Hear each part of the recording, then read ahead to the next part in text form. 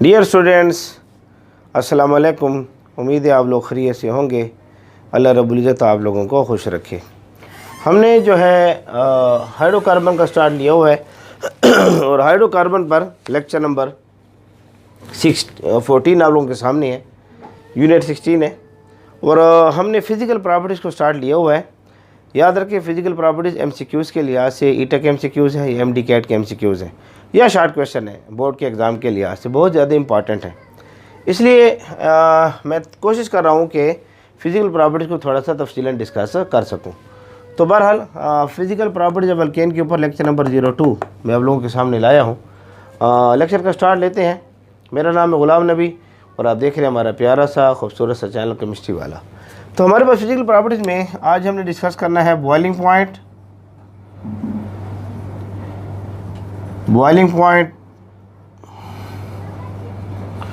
Points and melting points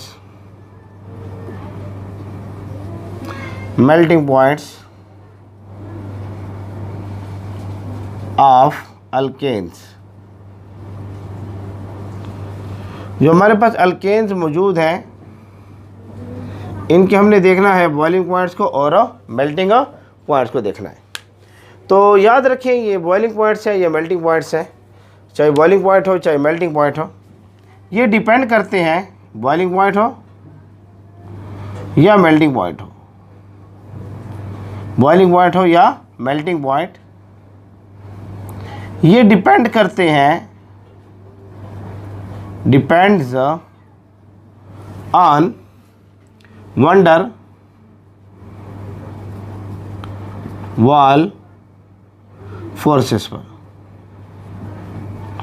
ये depend करते हैं वंडर वाल फोर्सेस के ऊपर। मैं थोड़ा कैमरे को चेक कर लूँ, यदि आप लोगों को नज़र आ रहा होगा सही तरीके से, बिल्कुल आपको क्लियर नज़र आ रहा है। तो आपके पास जो है ना ये जो वंडर वाल फोर्सेस हैं, ये जितनी स्ट्रांग होती हैं उतना बॉइलिंग पॉइंट ज़्यादा होता है, उतना मेल्टिंग पॉइंट ज़्यादा होता है। अच्छा, मेल्टिंग पॉइंट में एक बात क्लियर रखिए कि मेल्टिंग पॉइंट में वंडर वाल फोर्स के साथ साथ हमने देखना होता है इसके कॉम्पैक्ट स्ट्रक्चर को भी। वंडर वाल फोर्स क्या है, थोड़ा इसको देख लिया आप लोग। इसकी डिटेल तो फर्स्ट ईयर में मौजूद है, इंशाल्लाह तो हम उसको तफसीलन वहाँ डिस्कस कर लेंगे। थोड़ा सा यहाँ समझ लें, वंडर वाल फोर्स जो है, wonder Waals forces. Wonder Waals forces क्या होती हैं कि आपके पास ये एक मॉलिक्यूल में ले रहा हूँ अल्केन का, ये दूसरा मॉलिक्यूल में ले रहा हूँ अल्केन का। लेट सपोज मैंने ये CH4 ले रखा है, ये भी CH4 ले रखा है। इसके दरमियान एक साइंटिस्ट था वंडर वाल, उसने देखा कि वीक इंटरमॉलिक्यूलर फोर्सेस हैं, वीक इंटरमॉलिक्यूलर फोर्सेस हैं। और ये वीक इंटरमॉलिक्यूलर फोर्सेस जो हैं अफेक्ट कर रही है मेल्टिंग पॉइंट को और बॉइलिंग पॉइंट को, सॉरी। तो ये जो वीक वंडर वाल फोर्सेस हैं, वीक वंडर वाल फोर्सेस जो हैं, ये वीक वंडर वाल फोर्सेस कहलाएंगी जो मॉलिक्यूल के दरमियान पाई जाती है। और ये weak van der Waals forces affect करती हैं बॉइलिंग पॉइंट को खुसूसन और मेल्टिंग पॉइंट को भी किसी हद तक। अगरचे मेल्टिंग पॉइंट पैकिंग एफिशिएंसी के ऊपर भी डिपेंड करेगा। पैकिंग एफिशिएंसी आप जानते हैं कि जब हम कोई बॉक्स लेते हैं और इसको चीज़ों को रखते हैं तरतीब के साथ, चीज़ों को जितना तरतीब के साथ रखेंगे उतना उस बॉक्स की मजबूती अच्छी रहेगी। पैकिंग एफिशिएंसी अच्छी है तो बॉक्स के अंदर अरेंजमेंट अच्छी है, उसकी मजबूती अच्छी रहेगी। अगर बॉक्स में चीज़ों को हम बेतरतीबा रख दें, पैकिंग एफिशिएंसी अच्छी ना हो, तो उस बॉक्स की जो स्ट्रेंथ है, मजबूती इतनी अच्छी नहीं रहेगी। तो पैकिंग एफिशिएंसी के ऊपर भी मेल्टिंग पॉइंट बहुत ज़्यादा डिपेंड करता है। तो बहरहाल ये वंडर वाल फोर्सेस जो है मॉलिक्यूल्स के दरमियान पाई जाती हैं, इसको हम नाम देते हैं inter molecular force, inter molecular forces. इसको हम नाम देते हैं इंटर मॉलिक्यूलर फोर्सेस का भी नाम देते हैं। एक फोर्सेस एटमों के दरमियान होती हैं, जैसे ये हाइड्रोजन है, ये हाइड्रोजन है, इसके दरमियान फोर्स है, इसको नाम देते हैं इंट्रा मॉलिक्यूलर फोर्सेस का नाम दिया जाएगा इसको। ये इंट्रा मॉलिक्यूलर फोर्सेस जो हैं बॉन्ड भी कहलाती है, बॉन्ड, इसको हम बॉन्ड का भी नाम देते हैं। तो हमारे पास ये जो वीक इंटर मॉलिक्यूलर फोर्सेस हैं, बॉन्डिंग का चैप्टर मैं तफसीलन डिस्कस कर चुका हूँ, यूट्यूब पर टाइप करें बॉन्डिंग बाय केमिस्ट्री वाला, तो इंशाल्लाह चैप्टर आपको मिल जाएगा। खुसूसन जो है उसका नाम है theories of covalent bonding and shape of molecules, first year की केमिस्ट्री है, theories of covalent bonding and shape of molecule, इसके ऊपर हमारी बात चल रही है, 14-15 लेक्चर हुए हैं, तो बहरहाल उसको आप तफसीलन देख सकते हैं वहाँ पर। तो हमारे पास ये जो वैन डर वाल फोर्सेज हैं वीक, ये अफेक्ट करती हैं बॉइलिंग पॉइंट को और मेल्टिंग पॉइंट को। ये एक्सपेरिमेंटल बेस के ऊपर जब मैंने एक्सपेरिमेंट किए वैन डर वाल ने, और एक्सपेरिमेंट के बाद ये पता चला कि वैन डर वाल फोर्सेस जो हैं ये डायरेक्टली प्रोपोर्शनल है मॉलिक्यूल के मोलर मास पर, डायरेक्टली प्रोपोर्शनल है मॉलिक्यूल के साइज पर। यानी हमने ये देखा है कि मोलर मास जितना ज़्यादा होगा वैन डर वाल फोर्स उतनी ज़्यादा होती है, साइज जितना ज़्यादा होगा वैन डर वाल फोर्स उतनी ज़्यादा होगी। और ये चीज़ हमने देखी है डायरेक्टली प्रोपोर्शनल है बॉइलिंग पॉइंट के। एक्सेप्शनल केसेस हैं, जनरल रूल ये है, ये जनरल रूल है, और भी हमारे पास एक्सेप्शनल केसेस आ सकते हैं, कोई मसला नहीं, केमिस्ट्री तो नाम एक्सेप्शनल केसेस का ही है। जनरल रूल ये है कि अगर आप बॉइलिंग पॉइंट को देखना चाहते हैं तो आपने मेल्टिंग पॉइंट को डिस्कस करते हैं, लेकिन बॉइलिंग पॉइंट को जनरल रूल आप ये चेक कर सकते हैं कि जितना वैन डर वाल फोर्सेस ज़्यादा, मोलर मास जितना ज़्यादा, वैन डर वाल फोर्सेस ज़्यादा, उतना बॉइलिंग पॉइंट ज़्यादा, साइज जितना बड़ा, वैन डर वाल फोर्स उतना ज़्यादा, बॉइलिंग पॉइंट उतना ज़्यादा हमारे पास पाया जाता है। तो इस रूल्स को अपने पास दिमाग में ज़रूर रखें ताकि आपको जो है बॉइलिंग पॉइंट सेलेक्ट करने में आसानी हो। इस लिहाज से अगर हम चेक करें तो हमारे पास जो मीथेन है, जो हमारे पास इथेन है, जो हमारे पास प्रोपेन है, जो हमारे पास ब्यूटेन है, एन ब्यूटेन कहें, जो हमारे पास पेंटेन है, एन पेंटेन कहें, स्ट्रेट चेन में, अगर हम चेक करें ना इसके आर्डर को, बॉइलिंग पॉइंट को, तो आर्डर क्या बनेगा? आर्डर ये बनेगा, ये आर्डर बनेगा बॉइलिंग पॉइंट का।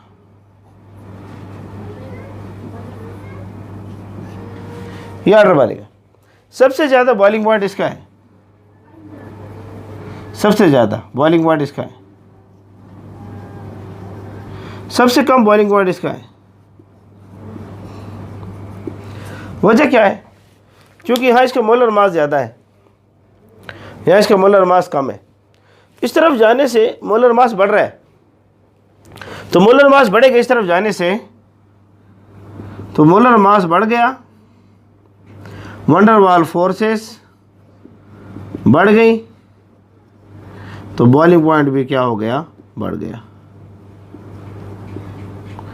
तो एमसीक्यूज़ के लिहाज से इसको याद रखें कि जितना हम इस तरफ जाते हैं मोलर मास बढ़ेगा, वैन डर वाल फोर्सेस बढ़ेंगी, तो बॉइलिंग पॉइंट बढ़ेगा। इस लिहाज से अगर आप चेक करें, मैंने यहाँ बॉइलिंग पॉइंट लिखे हुए हैं अल्केन्स का, तो मीथेन का बॉइलिंग पॉइंट देखें 161.5 है, इथेन का बॉइलिंग पॉइंट देखें 88.6 है। तो देख रहे हैं मोलर मास बढ़ रहा है, बॉइलिंग पॉइंट बढ़ रहा है। देखिए ये नफ़ी 88.6। जब भी हम देखते हैं कि यहाँ साइन नफ़ी का हो और वैल्यूज कम हो तो हम किसको ज़्यादा मानते हैं, ज़्यादा होता है ये। इस तरीके से नफ़ी 1 और नफ़ी 42.1 को देखें, बॉइलिंग पॉइंट बढ़ा है। फिर एन ब्यूटेन में देखें 0 बॉइलिंग पॉइंट हो गया। फिर एन पेंटेन में देखें बॉइलिंग पॉइंट 36 हुआ। एन हेक्सेन में देखें बॉइलिंग पॉइंट 68 हुआ, 68.7। तो आप देख रहे हैं कि बॉइलिंग पॉइंट बढ़ रहा है जितना मोलर मास बढ़ रहा है। यहाँ तक आप देख रहे हैं, इस एरिया तक बॉइलिंग पॉइंट हमारे पास बढ़ा है। लेकिन जब हम आते हैं आइसोब्यूटेन की तरफ, तो आप बॉइलिंग पॉइंट को चेक करें यहाँ पर आइसोब्यूटेन में, तो बॉइलिंग पॉइंट यहाँ पर क्या हुआ है? कम हुआ है, और बहुत ज़्यादा कम हुआ है। वजह क्या? रूल यहाँ पर साइज है, ये ये है यहाँ पर मसला है। याद रखें कि आइसोब्यूटेन जो है ना, आइसोब्यूटेन इसको हम इस तरह लिखते हैं 1 2 3 और ये हो गए 4। थोड़ा सा मुझे ज़ुकाम है, इस वजह से मेरी आवाज़ में थोड़ा सा फ़र्क रहेगा, लेकिन उम्मीद है आप लोगों को समझ आ रही होगी। ये आइसोब्यूटेन है, यहाँ 3 हाइड्रोजन, यहाँ 1 हाइड्रोजन, यहाँ 3 हाइड्रोजन, यहाँ 3 हाइड्रोजन। आइसोब्यूटेन का साइज़ बहुत छोटा होता है। आइसोब्यूटेन के साइज़ को आप देखेंगे बहुत छोटा होता है। एन ब्यूटेन का साइज़ बड़ा होता है, आइसोब्यूटेन का साइज़ छोटा होता है। और मैं आपको कह चुका हूँ कि साइज़ जितना छोटा होगा उतना वंडर वाल फोर्सेस कम होंगी, उतना बॉइलिंग पॉइंट कम होगा। तो याद रखिए आइसोब्यूटेन का वेरी कम्पैक्ट स्ट्रक्चर है, वेरी कम्पैक्ट स्ट्रक्चर है। अच्छा मैं बॉइलिंग पॉइंट की तारीफ नहीं लिख रहा, ये चीज़ें आप समझ चुके हैं मैट्रिक स्टैंडर्ड में, 9th स्टैंडर्ड में, फर्स्ट ईयर में बॉइलिंग पॉइंट डिस्कस हुआ है, इसलिए बॉइलिंग पॉइंट को मैं नहीं समझा रहा। बॉइलिंग पॉइंट की तारीफ क्या है मैं आपको समझाना चाहता हूँ, फिजिकल प्रॉपर्टीज ऑफ अल्केन्स की तरफ। तो हम ये देख रहे हैं कि आइसोब्यूटेन है, इसके बड़ा कम्पैक्ट स्ट्रक्चर है। कम्पैक्ट स्ट्रक्चर होने की वजह से इसका साइज जो है वेरी स्मॉल, इसका साइज जो है बहुत ज़्यादा छोटा है। और याद रखें कि जितना हमारे पास साइज छोटा होगा हमारे पास, उतने हमारे पास जो है इसके दरमियान वंडर वाल फोर्सेस कम होंगी। तो वंडर वाल फोर्सेस इसमें बहुत ज़्यादा कम है, तो बॉइलिंग पॉइंट भी इसका बहुत ज़्यादा कम होगा। तो इसलिए आज से आइसोब्यूटेन का साइज़ छोटा है, साइज़ छोटे होने से इसकी वंडर वाल फोर्सेस कम है, और वंडर वाल फोर्सेस कम है तो बॉइलिंग पॉइंट भी क्या रहेगा, कम रहेगा। इस लिहाज से देखिए आइसोब्यूटेन का बॉइलिंग पॉइंट बहुत ज़्यादा कम है। इस तरीके से अगर आप आइसोपेंटेन को देखें, आइसोपेंटेन को, तो बॉइलिंग पॉइंट थोड़ा सा बड़ा है। इन 3 स्ट्रक्चर की बात कर रहा हूँ। अब देखिए यहाँ पर अगरचे कम्पैक्ट स्ट्रक्चर है, इसका इतना कम्पैक्ट स्ट्रक्चर नहीं जितना आइसोब्यूटेन का है। आइसोपेंटेन का इतना कम्पैक्ट स्ट्रक्चर नहीं है जितना आइसोब्यूटेन का है। आइसोपेंटेन का इतना कम्पैक्ट स्ट्रक्चर नहीं है, लेकिन मोलर मास भी बड़ा है। एक फैक्टर साइज के साथ साथ मोलर मास भी है। तो आइसोपेंटेन है, आइसोहेक्सेन है, इनके बॉइलिंग पॉइंट तो बड़े हैं। एक्सेप्शनल केस यहाँ पर था आइसोब्यूटेन में। अब इनका स्ट्रक्चर भी इतना ज़्यादा कम्पैक्ट नहीं है आइसोपेंटेन का, आइसोहेक्सेन का। देखिए याद रखिए केमिस्ट्री नाम है एक्सपेरिमेंट का, बात बातें आपको हमारी माननी पड़ेगी। आइसोपेंटेन है, आइसोहेक्सेन है, इनके इतना ज़्यादा कम्पैक्ट स्ट्रक्चर नहीं है बनिस्बत आइसोब्यूटेन के। Compare to isobutane molar mass भी ज़्यादा हुआ है। इस वजह से हम ये देखते हैं कि इनका बॉइलिंग पॉइंट जो है, इन दो का बॉइलिंग पॉइंट ज़्यादा हुआ है। Not compact structure as compare to isobutane, they have not a compact structure as compared to isobutane. Isobutane की लिहाज से इनका स्ट्रक्चर कम्पैक्ट नहीं है, मोलर मास भी बड़ा है, इसके बॉइलिंग पॉइंट इसलिए ज़्यादा है। तो इसका स्ट्रक्चर इतना ज़्यादा स्मॉल नहीं है, इसका स्ट्रक्चर इतना ज़्यादा स्मॉल नहीं है, और मोलर मास भी बड़ा है बनिस्बत आइसोब्यूटेन के। इस वजह से इनका बॉइलिंग पॉइंट क्या हुआ है, ज़्यादा हुआ है। इसलिए याद रखें इस चीज़ को कि आपकी किताब जो है आपको ये चीज़ समझाने की कोशिश करती है कि जितना हमारे पास वंडर वाल फोर्सेस ज़्यादा होंगी उतना हमारे पास बॉइलिंग पॉइंट क्या होगा, ज़्यादा होगा। इसलिए यहाँ से एन पेंटेन और आइसोपेंटेन के बॉइलिंग पॉइंट को आप चेक करें। एन पेंटेन और आइसोपेंटेन के बॉइलिंग पॉइंट को आप चेक करें। इसके ऊपर शॉर्ट क्वेश्चन आता है, ये एन पेंटेन और आइसोपेंटेन, इनके बॉइलिंग पॉइंट को आपने देखना है। एन पेंटेन और आइसोपेंटेन, ये इसके ऊपर शॉर्ट क्वेश्चन हमारे पास आता है। साफ कर लो इसको, नोट कर ले, शाबाश नोट कर ले। उम्मीद आप लोगों ने नोट कर लिया होगा। थोड़ा इसको साफ कर लेते हैं। तो हमारे पास ये जो बॉइलिंग पॉइंट है ना, ये वंडर वाल फोर्स पर डिपेंड करता है। अब थोड़ा सा देखिए ना, एन पेंटेन है, एन पेंटेन, ये एक कार्बन है, ये दूसरा है, ये तीसरा है, ये चौथा है, ये पांचवा है। अब ये CH3 है, यहाँ CH2 है, यहाँ CH2 है, यहाँ CH2 है, यहाँ CH3 है। इसको नाम देते हैं एन पेंटेन। और आइसोपेंटेन क्या है? 1 2 3 4 और यहाँ पर आप 5 लगा दें। CH3 CH CH2 CH3 CH3, दोनों का मॉलिक्यूलर फार्मूला सेम है। इसका मॉलिक्यूलर फार्मूला आप चेक करें, C5 है, H12 है। यहाँ पर चेक करें, C5 है, H12 है। दोनों का मॉलिक्यूलर फार्मूला सेम है। मॉलिक्यूलर फार्मूला सेम होगा तो मोलर मास भी सेम होगा। तो अब देखिए, मोलर मास सेम है तो बॉइलिंग पॉइंट सेम आना चाहिए। लेकिन हम दोनों के बॉइलिंग पॉइंट को देख रहे हैं। एन पेंटेन का बॉइलिंग पॉइंट हमारे सामने आ रहा है 36, ये बॉइलिंग पॉइंट है। और आइसोब्यूटेन का बॉइलिंग पॉइंट हमारे सामने आ रहा है 28। अब मोलर मास सेम है, लेकिन फिर भी बॉइलिंग पॉइंट में फ़र्क है। वजह क्या है? यहाँ पर मोलर मास सेम है, तो मोलर मास सेम होने के साथ साथ अगर आप चेकें साइज़ को, मैंने आपसे कहा था स्ट्रेट चेन का साइज़ बड़ा होता है, स्ट्रेट चेन का साइज़ बड़ा होता है, और हमारे पास जो ब्रांच चेन हो उसका साइज़ क्या होता है? छोटा होता है। तो जितना साइज़ छोटा होगा, वंडर वाल फोर्स उतनी कम होगी, बॉइलिंग पॉइंट उतना कम होगा। तो यहाँ पर हम देख रहे हैं इसका जो साइज़ है वो ज़्यादा है, इसका जो साइज़ है वो स्मॉल है। यहाँ वंडर वाल फोर्सेस ज़्यादा हैं, बॉइलिंग पॉइंट भी क्या होगा? ज़्यादा होगा। यहाँ वंडर वाल फोर्सेस कम है, तो इनका बॉइलिंग पॉइंट भी क्या होगा? कम होगा। साइज़ के लिहाज से देखा जाएगा यहाँ पर। तो इस लिहाज से यहाँ पर शॉर्ट क्वेश्चन आता है कि why the boiling point of isobutane is less than the boiling point of N-pentane. Why? The boiling point of isopentane is less than N-pentane. उम्मीद आप लोगों को नज़र आ रहा होगा। तो यहाँ पर हम ये देखते हैं कि ये एक शॉर्ट क्वेश्चन जो है अक्सर पूछते रहते हैं कि आइसोब्यूटेन का बॉइलिंग पॉइंट एन पेंटेन से क्यों कम है।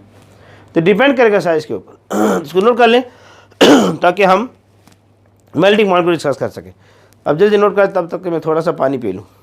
नोट कर लें, शाबाश, जल्दी करें, जल्दी करें, जल्दी करें। मेल्टिंग पॉइंट को डिस्कस करते हैं। शाबाश, नोट कर लें।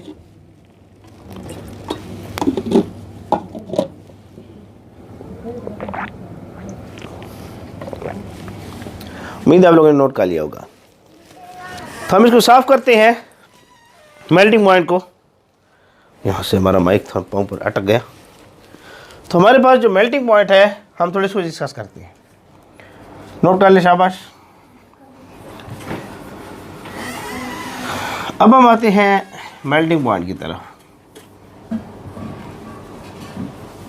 मेल्टिंग पॉइंट, मेल्टिंग पॉइंट जो है ना, ये वंडर वाल फोर्स पर डिपेंड करता है, लेकिन साथ साथ जो स्ट्रक्चर है उस पर डिपेंड करेगा कि क्रिस्टल जो है, इसका जो स्ट्रक्चर बना हुआ है वो कैसे बना हुआ है, इसके ऊपर इसके बड़ा डिपेंड पाया जाता है। तो बॉइलिंग पॉइंट है, ये तो हो गया। अब हम देखेंगे मेल्टिंग पॉइंट्स को। मेल्टिंग पॉइंट जो है, एक तो इस पर डिपेंड करेगा, साथ साथ ये जो मेल्टिंग पॉइंट है also depend upon packing efficiency. Packing efficiency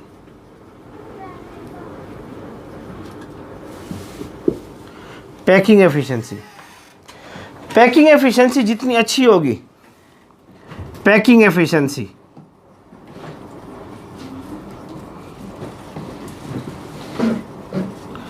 packing efficiency जितनी अच्छी होगी उतना मेल्टिंग पॉइंट क्या होगा, अच्छा होगा। तो हम ये देख रहे हैं कि हमारे पास ये जो मेल्टिंग पॉइंट है ये पैकिंग एफिशिएंसी के ऊपर बहुत ज़्यादा क्या करता है, डिपेंड करता है। हम ये देख रहे हैं कि मेल्टिंग पॉइंट जो है ये पैकिंग एफिशिएंसी के ऊपर बहुत ज़्यादा क्या करता है, डिपेंड करता है। समझ आ रही है बात की? तो पैकिंग एफिशिएंसी को भी हमने साथ देखना होगा मेल्टिंग पॉइंट में ना सिर्फ मोलर मास को देखना है, साइज़ को देखना है, लेकिन साथ साथ पैकिंग एफिशिएंसी को भी हमने देखना होगा। हमने ये देखा है कि जितना मोलर मास बढ़ रहा है, साइज़ बढ़ रहा है, हम देख रहे हैं कि मेल्टिंग पॉइंट ज़्यादा हो रहा है, लेकिन साथ साथ पैकिंग एफिशिएंसी को भी चेक करना है। इसलिए रेगुलर ट्रेंड आपको मेल्टिंग पॉइंट में नज़र नहीं आएंगे। बहरहाल रूल्स मेन यही है, इसको अपने याद रखें। पैकिंग एफिशिएंसी में मिसाल दे चुका हूँ कि एक बॉक्स में आप जितनी चीज़ों को अच्छा पैक करेंगे उस बॉक्स की स्ट्रेंथ उतनी अच्छी रहेगी, उतना उस बॉक्स के अंदर जो है स्टेबिलिटी ज़्यादा रहेगी। वो बॉक्स जो है कहीं पर आप एक जगह से दूसरी जगह उसको ले जा रहे हैं तो आपको ले जाने में आसानी होगी। उस बॉक्स के अंदर अरेंजमेंट, पैकिंग एफिशिएंसी अच्छी थी। इस तरीके से वो सॉलिड जिसकी पैकिंग एफिशिएंसी बहुत अच्छी हो उसका मेल्टिंग पॉइंट बहुत ज़्यादा होता है, बहुत अच्छा पाया जाता है। तो याद रखिए मेल्टिंग पॉइंट को सिर्फ और सिर्फ आपने वंडर वाल फोर्स के ऊपर या मोलर मास पर नहीं देखना, बल्कि पैकिंग एफिशिएंसी को आपने ज़रूर मद्देनज़र रखना होगा। इस लिहाज से अगर हम चेक करें तो हम ये देखते हैं कि जितना हमारे पास मोलर मास ज़्यादा हो रहा है, वंडर वाल फोर्स ज़्यादा हो रही है, मेल्टिंग पॉइंट उतना ज़्यादा हो रहा है। अगर आप चेक करें, मैं यहाँ मेल्टिंग पॉइंट आपके सामने लाया हूँ आप इसको देखें, ये 182.5 मेल्टिंग पॉइंट है। फिर देखें इथेन नेफी 172 मेल्टिंग पॉइंट बड़ा है, क्यों? मोलर मास बड़ा है, वंडर वाल फोर्स ज़्यादा हुई है। इस तरीके से कि प्रोपेन को आप चेक करें, नेफी 188। अब थोड़ा सा यहाँ एक्सेप्शनल केस आया है कि आपके पास मीथेन है, इथेन है, ठीक है, और प्रोपेन का मेल्टिंग पॉइंट यहाँ पर बड़ा नहीं है बल्कि कम हुआ है। तो आप यहाँ चेक कर सकते हैं कि जो प्रोपेन हमारे पास मौजूद है, प्रोपेन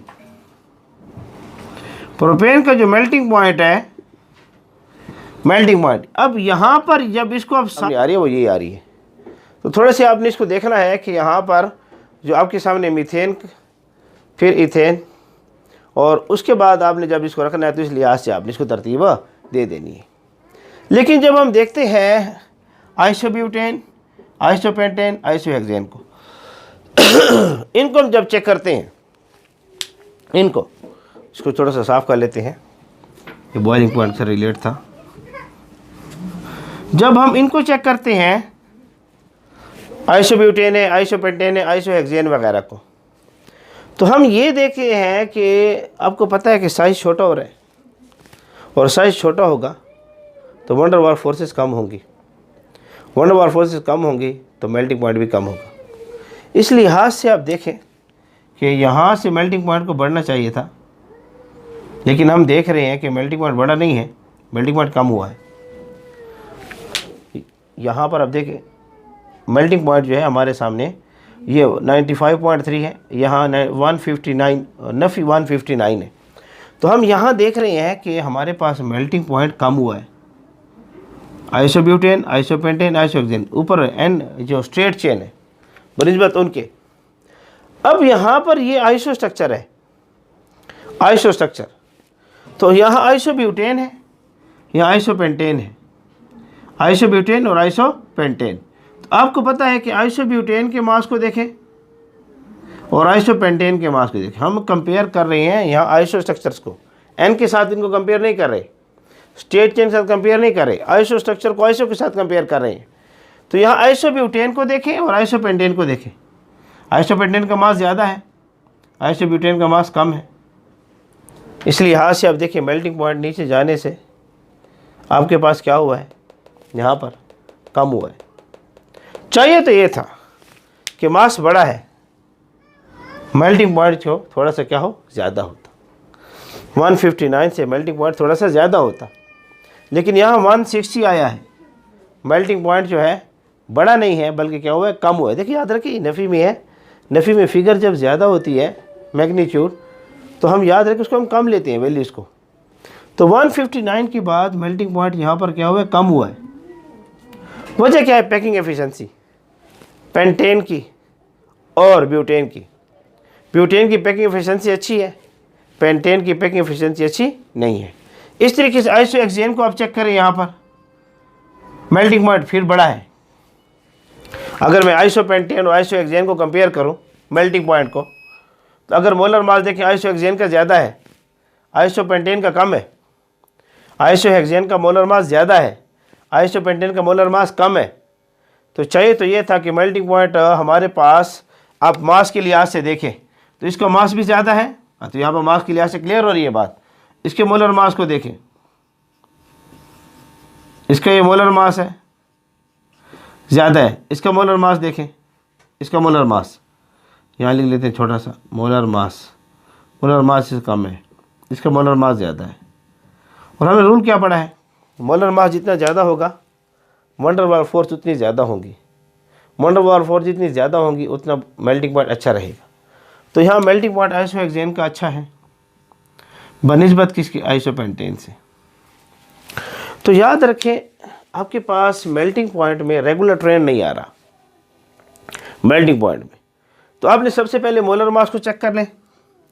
मोलर मास ज़्यादा हो रहा है तो मेल्टिंग पॉइंट ज़्यादा होगा। आइसोहेक्सेन का मोलर मास ज़्यादा है, मेल्टिंग पॉइंट ज़्यादा है। अगर मोलर मास ज़्यादा हो रहा है और फिर भी मेल्टिंग पॉइंट कम हो रहा है, फिर याद रखें आपने किसको देखना है, पैकिंग एफिशिएंसी को। अगर मोलर मास बढ़ रहा है और मेल्टिंग पॉइंट कम हो रहा है, उसकी पैकिंग एफिशिएंसी अच्छी नहीं है। अगर मोलर मास कम है, मेल्टिंग पॉइंट ज़्यादा आ रहा है, उसकी पैकिंग एफिशिएंसी अच्छी है। तो पैकिंग एफिशिएंसी को भी आपने देखना होगा और साइज और मोलर मास को भी देखना होगा। इसलिए आपके पास मेल्टिंग पॉइंट में रेगुलर ट्रेंड्स नहीं आते। तो थोड़ी सी इन बातों को दिमाग में रखें, आराम से इन बातों को सुने जो मैंने बताई हैं। यहाँ पर याद रखें, आइसोहेक्सेन का मोलर मास ज़्यादा है, आइसोपेंटेन का मोलर मास कम है। अब हम देख रहे हैं कि मोलर मास यहाँ पर जब कम आ रहा है तो इसका मेल्टिंग पॉइंट भी कम है, इसका मोलर मास ज़्यादा आ रहा है, इसका मेल्टिंग पॉइंट ज़्यादा आ रहा है। ठीक है ना। तो थोड़ी इस चीज़ों को कंफ्यूज नहीं करना। नफ़ी में वैल्यूज़ जब कम होती है हम उसको ज़्यादा मानते हैं, ठीक है ना। तो इस चीज़ को याद रख लें। ये हमारे पास मेल्टिंग और बॉइलिंग पॉइंट का लेक्चर था। उम्मीद है आप लोगों को पसंद आया होगा। मैं साइड पर हो रहा हूँ, इसको अच्छे तरीके से नोट कर लें, नोट कर लें, शाबाश। उम्मीद है आप लोगों ने नोट कर लिया होगा। तो हमारा आज का लेक्चर था आप ही लोगों के चैनल केमिस्ट्री वाला के नाम से। बस आप लोगों से गुजारिश है कि जितना हो सके बच्चों को प्रमोट करें ताकि ज़्यादा से ज़्यादा बच्चों को इसका फ़ायदा हो। हमारे लिए दुआ गो रहें, हम आपके लिए दुआ गो हैं। अल्लाह रब्बुल इज़्ज़त आप लोगों को खुश रखें।